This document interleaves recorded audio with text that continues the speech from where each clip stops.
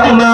আলহামদুলিল্লাহ সুম্মা আলহামদুলিল্লাহ, আমি দোনো চাঁদকে একসাথে মিলাই দিছি, আমি দোনো চাঁদকে একসাথে মিলাই এখন পেয়ে গেছি, একসাথে দোনো চাঁদের দেখা পাইছি, আসমানের পূর্ণিমার চাঁদও পেয়ে গেছি, নবীজিকেও পেয়ে গেছি।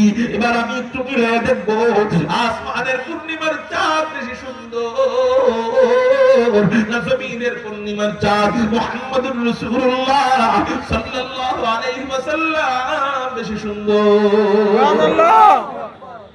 এই নিয়ত করে হযরত জাবের বলেন ফাজালতু আনজুরু ইলাইহি ওয়া ইলাল কমর, আমি একবার নবীজির দিকে তাকাইলাম আর একবার আসমানের চাঁদের দিকে তাকাইলাম।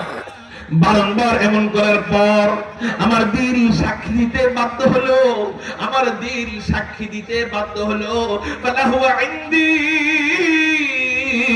আহসানু মিনাল কমর, আসমানের পূর্ণিমার চাঁদের চেয়েও হুজুর আকরাম সাল্লাল্লাহু আলাইহি ওয়াসাল্লামের চেহারা মুবারক কোটি কোটি কোটি কোটি গুণ বেশি সুন্দর।